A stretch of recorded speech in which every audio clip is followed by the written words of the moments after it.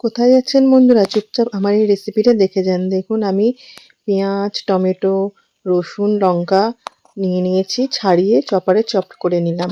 এদিকে আমি 2টো ডিম সেদ্ধ করে রেখে দিয়েছিলাম, তো অর্ধেক করে নিলাম।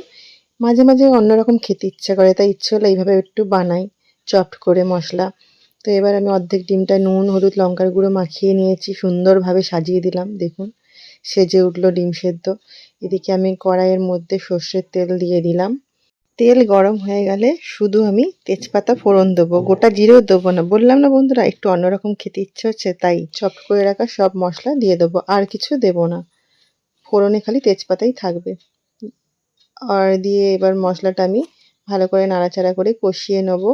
আর এবার আমি দেব নুন, হলুদ আর লঙ্কার গুঁড়ো দিয়ে ভালো করে কষাবো। দেখুন কি সুন্দর কালার চলে এসেছে কষাতে কষাতে। গরম জল দিয়ে দেবো। গরম জল দিয়ে আমি ভাপিয়ে নেব।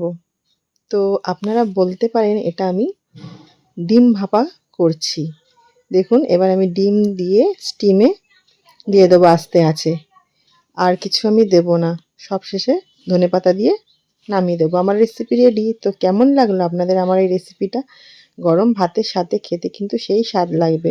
আমি এইভাবে ডিম ভাপা বানিয়ে ফেললাম। তো আপনারাও একবার ট্রাই করে দেখবেন, দারুণ লাগবে। আর আমার এই রেসিপিটা যদি আপনাদের ভালো লেগে থাকে, আমার চ্যানেলটা লাইক, শেয়ার, সাবস্ক্রাইব অবশ্যই করে দেবেন। Tata, bye bye, thanks for watching.